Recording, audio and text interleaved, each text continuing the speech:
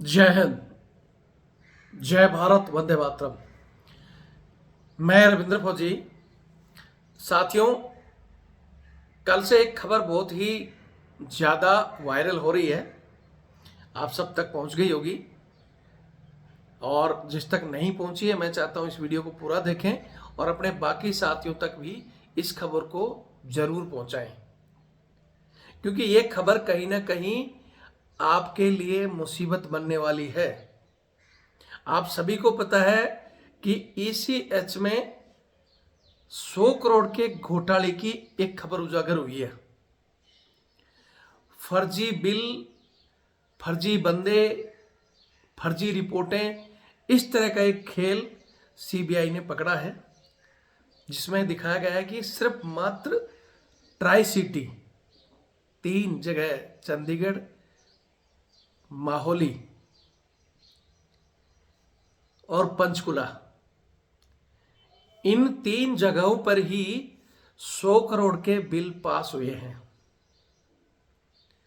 तो यहां मैं आपको ये पूरी रिपोर्ट दिखाने से पहले एक चीज कहना चाहूंगा, ये हमारे हर एक पूर्व सैनिक के पास जरूर भेजें, क्योंकि बहुत से लोगों को पता नहीं है। और इस खबर को मैं दूसरे एंगल से भी आप लोगों को दिखाना चाहता हूं। पहला तो यह है कि अभी तक इस खबर में किसी को गिरफ्तार नहीं किया गया है। न्यूज अखबार में 2 दिन से चल रहा है 100 करोड़ का घोटाला, 100 करोड़ का घोटाला। कुछ एक लैब का नाम दिया गया है, डॉक्टरों का आ तो रहा है कि डॉक्टरों का नाम, लेकिन हकीकत में डॉक्टर का पूरा नाम और पूरा जगह नहीं दिया गया, कहाँ का कौन डॉक्टर है।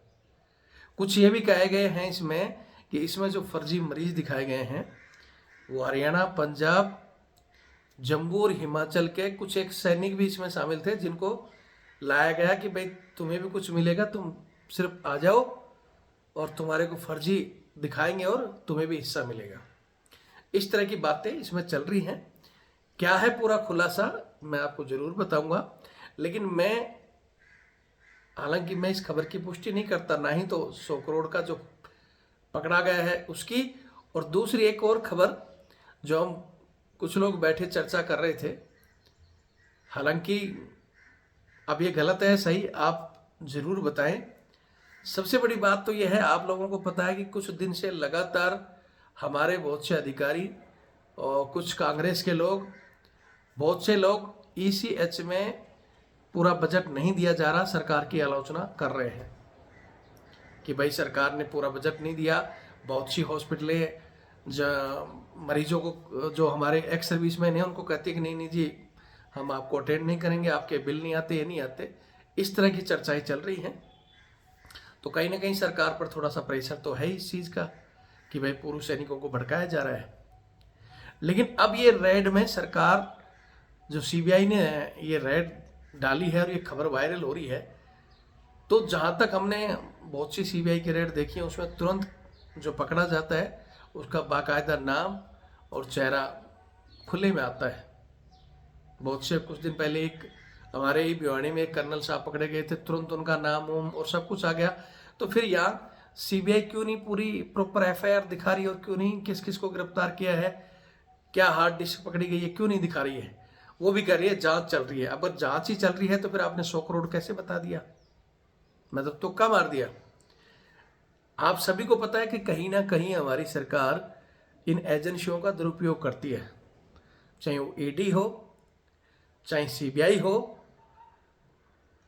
किसी न किसी चीज को दबाने की या मामले को डाइवर्ट करने की।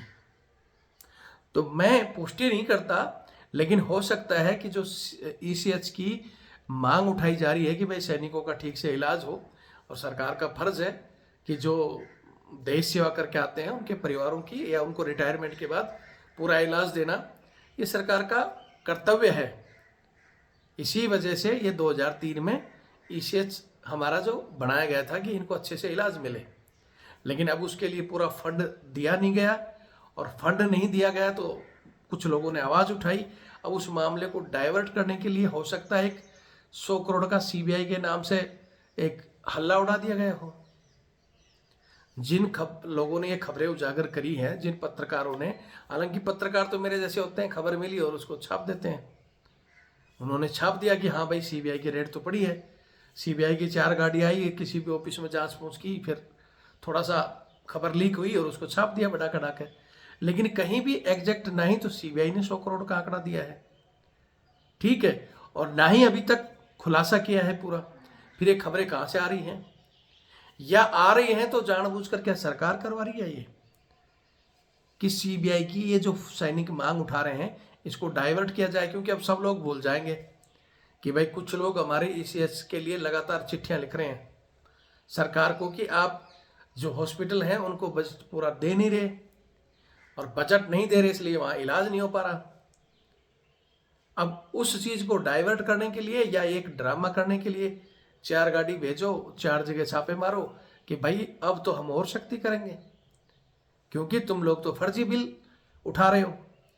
और तुम लोग में कौन है इसमें? कुछ एक सैनिक शामिल हो सकते हैं, डॉक्टर तो इसमें हैं ही, जो बिल पास करते हैं वो हैं ही, और जो लैब और हॉस्पिटल है वो भी शामिल है। तो सबको एक संदेह के घेरे में ला दिया। अब इसका असर क्या होगा इस पर भी हम चर्चा करेंगे। यहां एक एंगल तो यह है कि सरकार की सिर्फ रणनीति हो कि वास्तव में आपका बजट और कम करना हो, या भविष्य में आपको इलाज ही नहीं देना हो। क्योंकि कहीं नहीं कहीं जो सरकार में कुछ आजकल बहुत ज़्यादा पढ़े लिखे लोग इसको जो गाइड कर रहे हैं, आईएएस आईपीएस, जिन्होंने धीरे धीरे सभी सरकारी कर्मचारियों की पेंशन खत्म करवाई दी, बहुत से उनके मिलने वाले वेलफेयर खत्म कर दिए। अभी तो बीच में चर्चा ये भी थी कि 8th पे कमीशन से ही बंद कर दो, क्या फायदा सरकारी कर्मचारियों को इतना वो देना। फौज की पेंशन अग्निवीर के बाद में धीरे धीरे खत्म ही हो जाएगी। जिस तरह आज पैरामिलिट्री के जवान, मैं कई बार जब बैठता हूँ, खुद मेरे ससुर जी हैं 31 साल सर्विस करके आए हैं, मेरे से भी हाफ पेंशन है उनकी, और हमारा अगर कोई सेना का 31 साल करके आया हुआ तो उससे आधी पेंशन वो ले रहे हैं। क्यों? वो मांग तो कर रहे हैं कि हमें भी OROP दो, 1 रैंक 1 पेंशन दो। उनको ये कोई समझाए कि तुम्हें 1 रैंक पेंशन तो जब मिलेगा जब तुम्हारे आने वाले नए लोगों की पेंशन होगी, तब तुम्हें पेंशन का लाभ मिलेगा ना। हमारे को 1 रैंक 1 पेंशन का इसलिए मिला, क्यों? क्योंकि कहीं ना कहीं अब हमारा नया जब हवलदार रेशियो जो अफसर जो पेंशन आएगा हर 5 साल में रिवाइज होकर बराबर हो जाएगी। लेकिन भविष्य में याद रखना, अधिकारी को तो मिलेगा ही मिलेगा, लेकिन तुम्हारे आगे जो पूरे के पूरे अग्निवीर हो जाएंगे और उनको 75% को तो निकाल ही दिया जा रहा है, उनको तो पेंशन ही नहीं है। 25% को किस आधार पर आगे रैंक देते हैं, नहीं देते हैं, क्या क्या और खत्म किया जाता है। जब तुम्हारे भविष्य में पेंशन लेने वाले नहीं होंगे तो तुम्हारी भी ये 1 रैंक 1 पेंशन और 8th पे कमीशन भूल जाओ धीरे धीरे। क्योंकि ये कहीं ना कहीं गाइड करने वाले सरकार के पास बहुत लोग बैठे हैं जो बजट कम करने की बात करते हैं, लेकिन असल में सबसे ज़्यादा बजट के घोटाले वो खुद करते हैं। जितने भी नेता हैं, बड़े अधिकारी हैं, एक पकड़ा जाता है तो भर भर के नोटों की गड्डियाँ मिलती हैं। और ये सबको पता है कि हिंदुस्तान का कितना परसेंटेज पैसा इनके पास पड़ा है, लेकिन हमारे पास कोई ताकत नहीं है। हम बोलेंगे तो ये सरकार की एजेंसियों का दुरुपयोग करेंगे, चैनल को बंद करवा देंगे। फिर हमारे जो लोग हैं उनको कोई मतलब ही नहीं है कि हमें क्या मतलब है। ईसीएच में अभी ये 100 करोड़ का घोटाला दिया गया है, ये वो लोग बोलेंगे यार क्या मतलब है इतना लंबा वीडियो का, क्या फर्क पड़ता है इससे? फर्क पड़ेगा। अभी तक, अब इस खबर की हम दूसरे एंगल में चलते हैं कि अगर वास्तव में सही है, मैं यहाँ भी ये भी कहूँगा कि हकीकत में हो सकता है कि ये घोटाला लोगों ने किया हो और हकीकत में सीबीआई सही हो, तो सबसे पहले जिन लोगों ने भी, चाहे वो पूर्व सैनिक इसमें शामिल हैं फंड लेने में, जो भी डॉक्टर हैं, जो भी मैनेजमेंट है, सबको कड़ी से कड़ी सजा और उनको जेल होनी चाहिए, और उनको मिलने वाले सभी बेनिफिट रोक देने चाहिए भविष्य के लिए, और उनको जेल में डालना चाहिए ताकि दोबारा इस तरह की कोई भी घटिया सोच ना रखे। लेकिन ऐसा तो तब होगा ना जब वो वास्तव में वो लोग कर रहे होंगे, और मैं फिर कह रहा हूँ कि कर रहे हो तो उनको पनिशमेंट दिया जाना चाहिए। आंकड़ा पूरा ओपन पब्लिक के सामने, जनता के सामने रखा जाना चाहिए।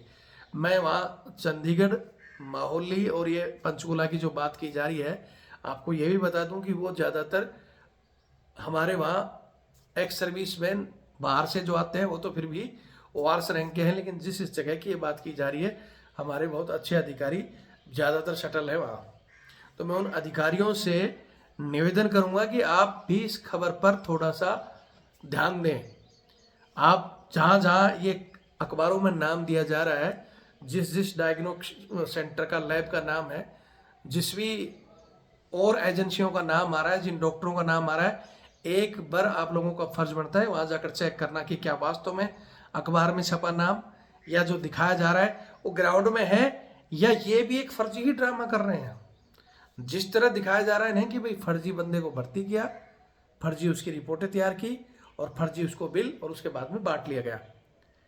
हम ये भी तो मान सकते हैं कि ये रेड फर्जी हो, आने वाले डॉक्टरों का नाम, लैब का नाम, हार्ड डिस्क की दिखाई गई जानकारी सब फर्जी हो, सिर्फ और सिर्फ इस पूर्व सैनिकों को बदनाम करने के लिए, आने वाले भविष्य में इनके इलाज को कम करने के लिए, या ईसीएस योजना बंद करने के लिए, ये भी तो हो सकता है। तो मैं वहाँ बहुत सारे हमारे अधिकारी जो कर्नल एंड अबव, हमारे बहुत से जनरल साहब, बहुत से lieutenant general, major general, brigadier साहब बहुत वहाँ बैठे हैं।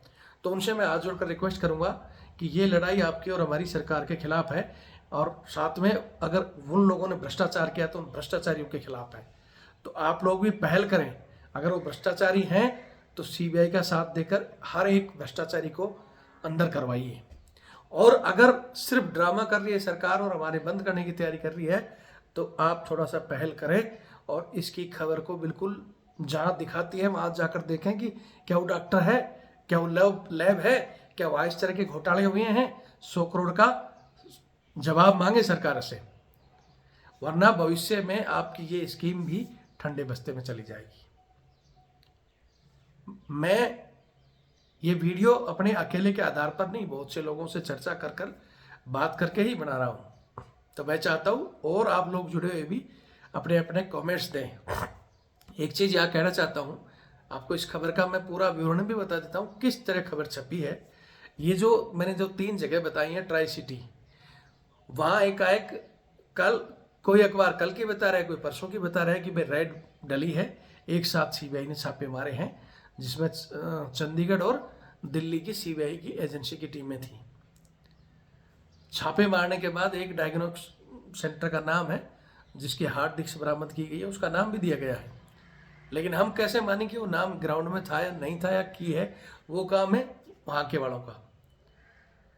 वहाँ चीज़ें बरामद की गई है, सूचना के आधार पर बताया गया है कि भाई एक और किसी एजेंसी का नाम दिया गया है, नॉर्मल एक लैब सेंटर है, वो इस तरह ईसीएच के अंडर आने वाले मरीजों को ढूंढता था, फिर उनको ले जाकर सिर्फ बड़े हॉस्पिटल में ओपीडी के नाम पर भर्ती करवा कर फिर उनको भेज देता था। कुछ में तो दिखाया गया कि जाओ अब तो ठीक हो, और फिर उनके डॉक्यूमेंटों से फर्जी बिल तैयार किए जाते थे कि इसको एडमिट दिखाया जाता था 10 से 15 दिन, 7 से 15 दिन या 20 दिन, इस तरह एडमिट दिखाया जाता था। किसी किसी में ऑपरेशन भी दिखाया गया है कि भाई वहाँ रुका, इसका ऑपरेशन हुआ, और वो बिल फिर जो लैब भी इसमें शामिल है वो उसकी फर्जी रिपोर्ट तैयार करती थी, डॉक्टर साइन करते थे और वो वहाँ जाता था, बिल पास होता था। तो इसमें अगर लिप्त भी हैं तो डॉक्टर भी ईसीएच में बैठे, जो बिल पास हो रहा है वो भी सारे के सारे, ऐसे तो होता नहीं है। लेकिन ये दिखाया जा रहा है कि सारी फर्जी तरीके से, तो इसका मास्टरमाइंड कौन है, क्यों नहीं सीबीआई ने उजागर किया। एक चीज़ दिखाया जा रहा है कि भाई ज़्यादातर एक इंजेक्शन है जो 10 से 15 हज़ार का आता है, उस इंजेक्शन का जिक्र किया गया है कि ज़्यादातर मरीजों को वो इंजेक्शन और कुछ और महंगी दवाई, मतलब वो ऐड आते थे दिखाने के लिए, मरीज को तो भेज दिया जाता था कि आप तो जाओ भाई ठीक हो, छोटी मोटी दवाई देकर, लेकिन उसको डॉक्यूमेंट को वहीं रखकर उसको दिखाया जाता था कि इसको तो गंभीर बीमारी है, इसकी जांचें होंगी। लैब में जाते थे, वहाँ झूठा रिपोर्ट तैयार होती थी, महंगी दवाई कि भाई इसको ट्रीटमेंट की ज़रूरी है, अप्रूवल लेते थे और उसको ट्रीटमेंट करते थे। महंगे महंगे इंजेक्शन, महंगी महंगी दवाई, ऑपरेशन तक दिखाया जाता था। अब यहाँ ये जो खबर में दिखाया गया है यहाँ की पुष्टि है, लेकिन हम अगर ग्राउंड की बात करें, मैं बाकियों की तो कहना नहीं चाहता, आप भी अपने अपने विचार या अपनी अपनी धरातल पर आप लोग भी कभी ना कभी ईसीएच में गए होंगे, आज नहीं तो महीने 2 महीने 6 महीने में। और वैसे तो हम चाहते हैं भगवान न करे कि किसी को ईसीएच में जाने की नौबत ही आए। हम तो छोटी मोटी चीज़ों के लिए जाते भी नहीं हैं, लेकिन कुछ ऐसी चीज़ें होती हैं, बड़ी बीमारियां, जिनको लिए हम ईसीएच में जाते हैं और मजबूरी में जाना पड़ता है। ऐसी चीज़ों के लिए जो ये समय चल रहा है उसमें मैं भी कई हॉस्पिटलों में गया हूँ, ईसीएच में भी गया हूँ, देखा है सारी चीज़ें। तो एक चीज़ तो ये कि हकीकत में इन चीज़ों की वजह से, जैसे पहले थोड़ा सा नॉर्मल चीज़ें चल रही थी हमारे यहाँ, तो ऐसा हमने केस सुना नहीं।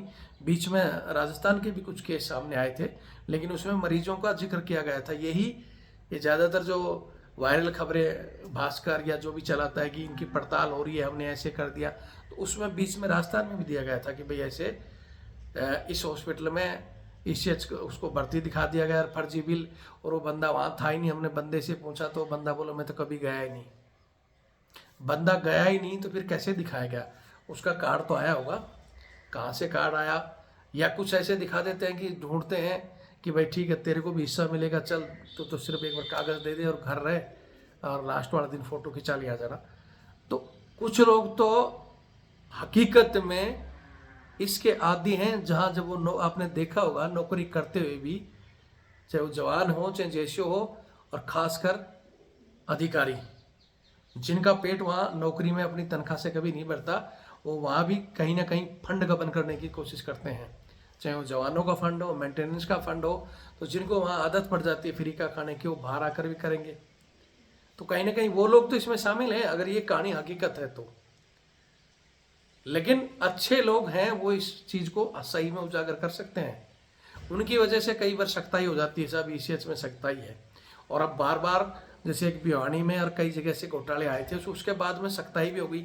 सख्ताई होने के बाद में भी ट्राई सिटी में 100 करोड़ का घोटाला कैसे हो गया भाई? मैं पूछना चाहता हूँ क्यों हुआ घोटाला। मैं इसका एक छोटा सा, ये मैं मेरे हिसाब से देसी चीज़ें बता रहा हूँ, कोई बढ़ा चढ़ा कर या उनको नहीं है। क्योंकि मैंने बताया जैसे कि वो इलाका ज़्यादातर हाई प्रोफाइल है, ज़्यादातर बड़े अधिकारी उसमें शामिल हैं, तो उनके नाम से मरीज आया होगा। तो वहाँ तो जो ये बैठे रहते हैं, वहाँ जो भी निचला स्टाफ है हमारा ईसीएच में, जो भी स्टाफ होता है, इंचार्ज होता है, वो ज़्यादातर ओआरएस रैंक के लिए तो बहुत कानून कायदे लगाता है। नहीं तुम यहाँ दिखा का हो, रिपोर्ट आने दो, इससे ज़्यादा अगर वो है तो दोबारा आना पड़ेगा, दोबारा आपको ये जांच करानी पड़ेगी। हॉस्पिटल में भी चले जाओ तो बोले नहीं जी ये तो 3000 से ऊपर की जांच है, ये 5000 से ऊपर की जांच है, दोबारा आपको रेफर लाना पड़ेगा, नहीं तो इस जांच के लिए फिर लाना पड़ेगा। या फिर एक तरीका है कि ठीक है आप एडमिट हो जाओ। इस तरह की चीज़ें चलती थी, और मैंने ग्राउंड में मैंने भी देखा है सख्ताई होने के बाद।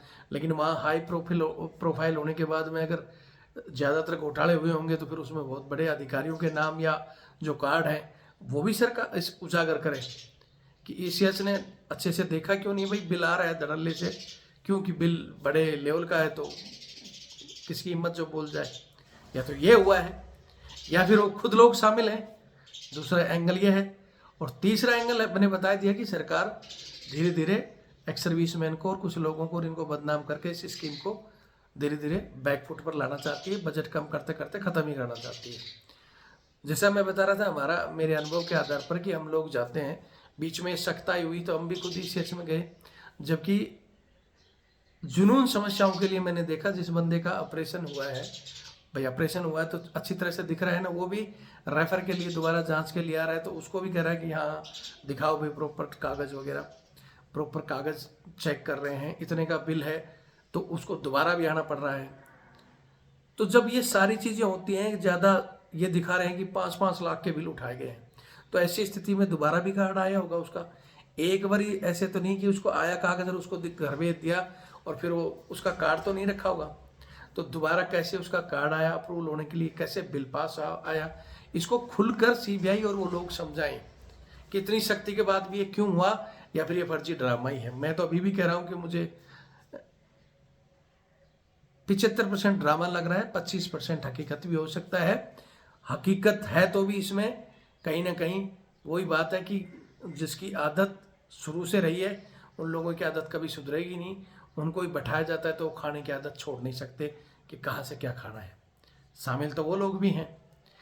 हालांकि सामान्य जो संख्या जवान जेसीओज की है 90-95% है। हमारे में से ज़्यादातर का यही होता है, अगर उसको कोई बीमारी भी बता दी जाती है ना, आजकल सबको पता है कि सरकारी हो चाहे प्राइवेट हॉस्पिटल हो, इनमें धड़ल्ले से बिना बीमार को भी एक जैसे हार्ट का ही चल रहा है छल्ले डाल दिए जाते हैं, जाते ही, चाहे ठीक हो या नहीं हो फटाफट छल्ले डालो। तो अब धीरे धीरे खुद मरीजों को डरने लगने लग गया कि यार ये गलत नहीं हो। तो सामान्य जो मरीज हैं, अगर एक हॉस्पिटल बता भी देता है तो वो दूसरी सी जगह से अपने खर्चे पर उसको करानी पड़े और रिपोर्ट करवाता है। फिर दोबारा वो जाता है कि हाँ वास्तव में सर दूसरी हॉस्पिटल ने भी बताया है, मेरे को ये कराना पड़ेगा। तो वो चीज़ें ईसीएच क्यों नहीं देख रहा है? लेकिन इसमें मैंने वही बता दिया कि कुछ लोग 1 रुपया भी नहीं खर्च करना चाहते, वो उसी आधार पर करवा लेते हैं, तो भी दिक्कत है। इन सब चीज़ों में कहा जा रहा है कि भाई मतलब सिर्फ मरीज आए नहीं, उनके सिर्फ डॉक्यूमेंट रखे और उसके बाद में बिल बना दिया गया। तो अगर हकीकत में ये एक्स्ट्रा बिल बन रहा है तो जिसका इलाज होता है, जिस तरह आप मोबाइल पर हर चीज़ें OTP भेजते हो, उसका इतना खर्चा भेजते हो, पूरा खर्चा ईसीएच के पास जाता है। उसी तरह मरीज का नंबर सभी हॉस्पिटलों के पास रहता है, उसका नंबर रखते हैं, तो उस नंबर पर बाकी सूचनाएं देते हैं। तो हर एक चीज़ का राइट और उसका लास्ट का बिल सबमिट करना चाहिए उनको, ताकि अगर उस मरीज को लगे कि हाँ भाई मेरे को जो इलाज दिया है, जितने दिन मेरे को एडमिट दिखाया गया है उससे ज़्यादा दिन उन्होंने एडमिट दिखा दिया, तो वो मरीज सही में वास्तव में सैनिक होगा तो वो शिकायत करेगा और फर्जीवाड़ा दूर हो जाएगा। लेकिन ये व्यवस्था रखेंगे नहीं ये, क्योंकि फिर खाने वालों का क्या होगा। तो हम इसकी सुधार की भी बात करेंगे। मैं चाहता हूँ कि इसके लिए आप पॉइंट दें ताकि हम नेक्स्ट एक वीडियो बनाएं। हकीकत में ये है तो इसको बचा कैसे जा सकता है, सरकार कर रही है तो पूर्व सैनिक को सतर्क हो जाना चाहिए। और मैंने बता दिया कि बिल आप इंडिविजुअल के उस पर भेजो, फिर इंडिविजुअल को भी अपने आसपास या उन लोगों को दिखाना चाहिए कि भाई इतना बिल आया है, तेरा कितना बिल आया है। अगर वो बिल की चर्चा वास्तव में हर एक व्यक्ति तक पहुंचेगी तो उसको समझ में आएगी कि हाँ फर्जीवाड़ा हो रहा है या नहीं हो रहा है। इसमें अगर वो लोग भी शामिल हैं कि भाई इतना फर्जी हुआ है, इतना उसको भी मिल रहा है, तो फिर ऐसे लोगों को वो इलाज के लायक भी नहीं है और उनके ऊपर तो सख्त कार्रवाई होनी चाहिए। मेरी तरफ से मोटा मोटा आज का ये विषय बताया गया है। मैं चाहूँगा कि आप लोग भी इसकर देखकर अपने अपने सुझाव और कमेंट्स दें, ताकि हम इसको देखकर फिर एक नए सिरे से एक वीडियो बनाएं, हमारे सैनिकों को जागरूक करें कि समस्या आने वाली है बहुत बड़ी। आप और आपके बच्चों का इलाज या तो आने वाले दिनों में बंद ही हो जाएगा, या फिर कतारें लगानी पड़ेंगी, मिन्नतें करनी पड़ेंगी, सही होते हुए भी हाथ जोड़ने पड़ेंगे। समस्या आप लोगों को आएगी गलत लोगों की वजह से। तो सतर्क आपको रहना है। इस विषय में अगर कोई भी कि भाई मैं डिबेट करना चाहता हूँ आपसे, मैं ये सवाल जवाब करना चाहता हूँ, तो मेरा नंबर सबके पास है, फिर भी मैं देता हूँ 8290354532 8290354513। अगर कोई चाहे तो डिबेट कर सकता है ऑनलाइन बैठकर, कोई डॉक्टर या कोई अधिकारी। हम चाहते हैं पैनल के तौर पर वो बात करें, क्योंकि ये जो सरकार की गोद में बैठे मीडिया है ना, वो माहौल को इस तरह रच देंगे, देश के बाकी लोग फौजियों को ही गद्दार समझ बैठेंगे कि वास्तव में देखो यार फौजियों को पेंशन भी दे रही है, फौजी इलाज भी दे रही है, फिर भी फौजी फर्जीवाड़ा कर रहे हैं। लेकिन अगर हकीकत में भी हैं तो इसमें कितने डॉक्टर, कितने हॉस्पिटल शामिल हैं? फौजी तो इसमें बहुत कम, जो न्यूज़ में अभी तक दिखाया जा रहा है कम, यानी कि नहीं है, हैं। और साथ में मैनेजमेंट में जो बैठे हैं उन लोगों में से भी कोई ना कोई है। तो इस दाग को, ये नहीं कि हमें क्या लेना है, ये हमें क्या लेना है, ये एडजस्टमेंट की ठीक यार इतना तो चलने दो, ये एक दिन जाकर बहुत बड़ी मुसीबत बन जाता है। तो इसमें अपनी भागीदारी निभाएं। डिपार्टमेंट अगर आपका साफ रहेगा, सही पैसा सही आदमी के काम आएगा, तो ही आगे आपके बच्चों का इलाज और आपका इलाज हो पाएगा, नहीं तो बड़ी मुसीबत हो जाएगी। तो इस विषय में अगर कोई डिबेट करना चाहे तो जब भी 24 आवर्स में, कभी कि मेरे को तो रात को 12 बजे करनी है तो 12 बजे तैयार हैं। अगर मेरे को सुबह 6 बजे, यानी 24 घंटे में मेरे पास कोई मैनेजमेंट नहीं बैठा, लेकिन अकेला आप कहोगे कि अभी मैं डिबेट करने का मेरे पास समय है, मैं चैनल पर आना चाहता हूँ, तो आ सकता है और अपने विचार रख सकता है। अगर मैं गलत हूँ तो मेरे प्रति भी बोल सकता है। सरकार के प्रति अगर आपको लगता है सरकार गलत करती है तो सरकार के प्रति, या अधिकारी गलत कर रहे हैं तो अधिकारियों के प्रति, हर एक गलत और अन्याय अत्याचार के खिलाफ आप सब बोलोगे, तभी ये अन्याय अत्याचार और भ्रष्टाचार रुकेगा। नहीं तो मुसीबत ये नहीं कि हमें क्या लेना, आप ही के ऊपर मुसीबत आएगी। ठीक है, आप ही सामान्य लोग हो, बड़े लोगों के लिए रास्ता बन जाता है, दिक्कत आपको ही आएगी। कुछ नहीं कर सकते तो वीडियो देखकर शेयर करें और चैनल से ज़रूर जुड़ें। जय हिंद, जय भारत, वंदे मातरम।